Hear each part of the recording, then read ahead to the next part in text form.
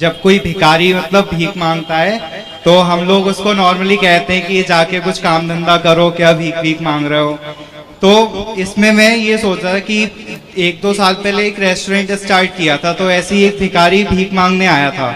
तो उसको मैंने बोला कि भीख भीख मत मांग, तुझे कुछ काम करना है, आजा मेरे पास काम है, कुछ ना कुछ हो जाएगा। तो वो एकदम मुंह पे बोल के चला गया कि काम वाम नहीं चाहिए, रुपए हो तो दे दो वरना मैं जा रहा हूँ। और यदि आप एक भिखारी को दया की देते हैं तो आप किसी न किसी छोटे बच्चे के हाथ पैर कटवाने के जिम्मेदार बन जाते हैं। इस बात को ध्यान रखिएगा। एक भिखारी को 100 रुपये दे दिए। अब वो भिखारी पहले प्रतिदिन एक पौवा पिया करता और घर में पी कर शराब तो धंधा ही करवाती है और कौन सा रामायण मचेगा वो। तो उस दिन उसने आधा पिया, आधा बोतल शराब पी गया, घर जाकर लड़ाई कर दी, घरवाले और बच्चे खूब पीट दिए। वह उसकी पत्नी लेकर बच्चों को कुएं में गिर गई, सारे मर गए। तो बता, इन पीछे दुष्टों को दान करके तुम अपना पुण्य चाहते हो, अपना कल्याण चाहते हो? असली भिखारियों को तो देना चाहिए पहले। नमस्कार, आप देख रहे हैं आध्यात्मिक ज्ञान चर्चा हमारे चैनल आध्यात्मिक डिबेट पर। दर्शकों, आज के वीडियो का टॉपिक है कि भिखारियों को भीख देना चाहिए या नहीं देना चाहिए।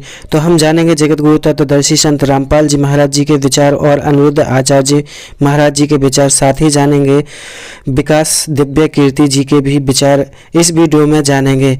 तो लास्ट तक इस वीडियो को देखते रहिएगा। आइए सबसे पहले जानते हैं हम अनिरुद्ध आचार्य जी महाराज जी के विचार। राधे राधे गुरुजी। गुरुजी, जैसे कि आप उस दिन बता रहे थे कि जब कोई भिखारी मतलब भीख मांगता है तो हम लोग उसको नॉर्मली कहते हैं कि जाके कुछ काम धंधा करो, क्या भीख भीख मांग रहे हो।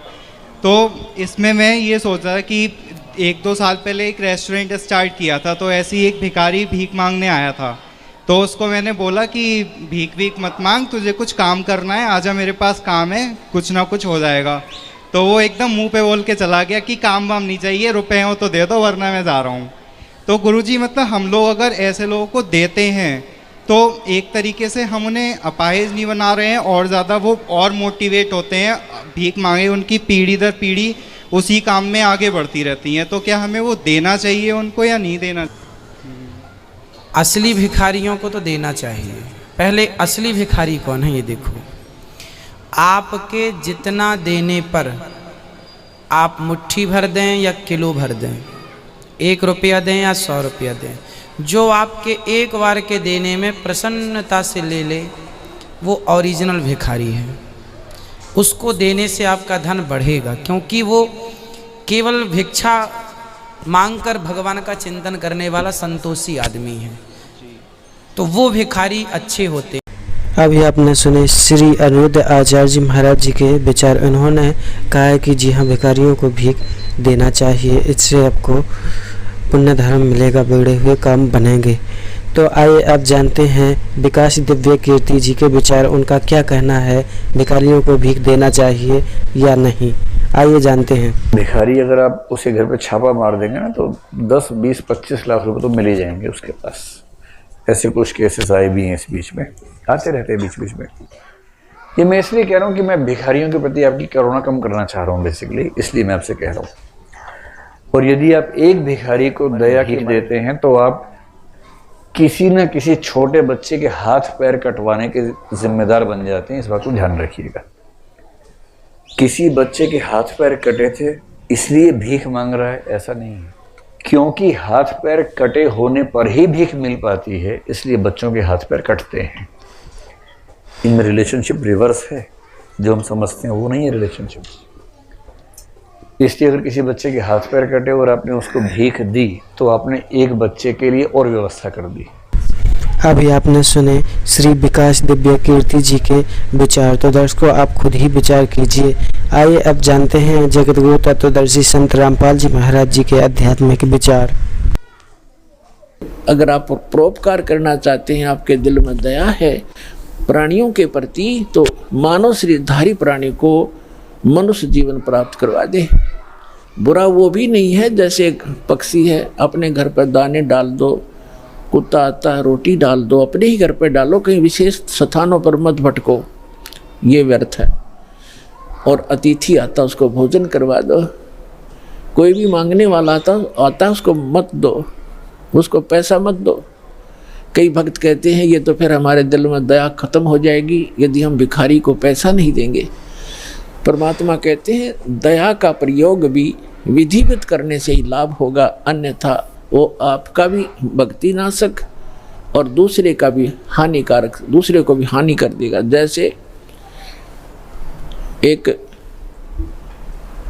धनी व्यक्ति ने दया भाव से एक भिखारी को 100 रुपये दे दिए। अब वो भिखारी पहले प्रतिदिन 1 पौवा पिया करता और घर में पी कर शराब तो झगड़ा ही करवाती है और कौन सा रामायण बाँचेगा वो। तो उस दिन उसने आधा पिया, आधा बोतल शराब पी गया, घर जाके लड़ाई कर दी, घरवाली और बच्चे खूब पीट दिए। वह उसकी पत्नी लेकर बच्चों को कुएं में गिर गई, सारे मर गए।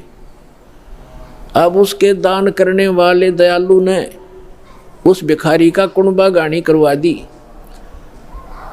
तो ये दया भी खराब है, ऐसी दया नहीं करनी चाहिए। भिखारी को भूख रोटी खिला दे, अगर भिखारी रोटी खा ले भाई, कपड़ा नहीं है तो कपड़ा सिलवा दे उसको, बिना सिलाया नहीं दो जाते बेचेगा और गुटी लाओगा। एक भगत कह रहा था कि एक दिन मैं पार्क में घूमने चला गया और वहाँ 2 बाबा जी बैठे नकली, 2 या 3 जैसे थे वह। तो वो मांग मूंग के लाए, इकट्ठे पैसे कराया करते शाम ने। उस दिन उनके पास सारा कुल मिला कर 20 से 25 रुपये बने। तो वो कहने लगे भाई इसमें तो कुछ भी ना आवे, एक का भी काम ना चले शराब पीने का। तो उन्होंने बोला भाई ठीक है तुम टाल कर दो, मैं अकेला पी लूँगा। वो लेकर एक बाज गया 25 रुपया ने। उसने अकेले ने काम चलाया उस दिन, तुम्हारे लिए कल दे दूंगा फिर मैं इकट्ठे करके। तो बता इन इसे दुष्टों को दान करके तुम अपना पुण्य चाहते हो, अपना कल्याण चाहते हो? तो दान भी कहते हैं गुरु बिन माला फेरते, गुरु बिन देते दान, गुरु बिन दोनों निष्फल हैं, चाहे पूछो वेद पुराण। तो गुरु के अतिरिक्त दिया हुआ आपका दान भी व्यर्थ ही रहेगा। अभी आपने सुने जगत गुरु तत्वदर्शी संत रामपाल जी महाराज जी के आध्यात्मिक विचार। तो दर्शकों आपने देखा कि जगत गुरु तत्वदर्शी संत रामपाल जी महाराज जी ने बताया है कि भिखारियों को पैसा नहीं देना चाहिए, क्योंकि यदि उन्हें हम पैसा देते हैं तो उस पैसे को यदि वो उल्टे काम में, गलत कामों में लगाते हैं, उनसे पाप कर्म करते हैं, तो वह पाप कर्म आपको भी लगेगा। इसलिए हमें घर पर आए हुए भिखारी को खाना खिला देना चाहिए, जबकि पैसे नहीं देना चाहिए।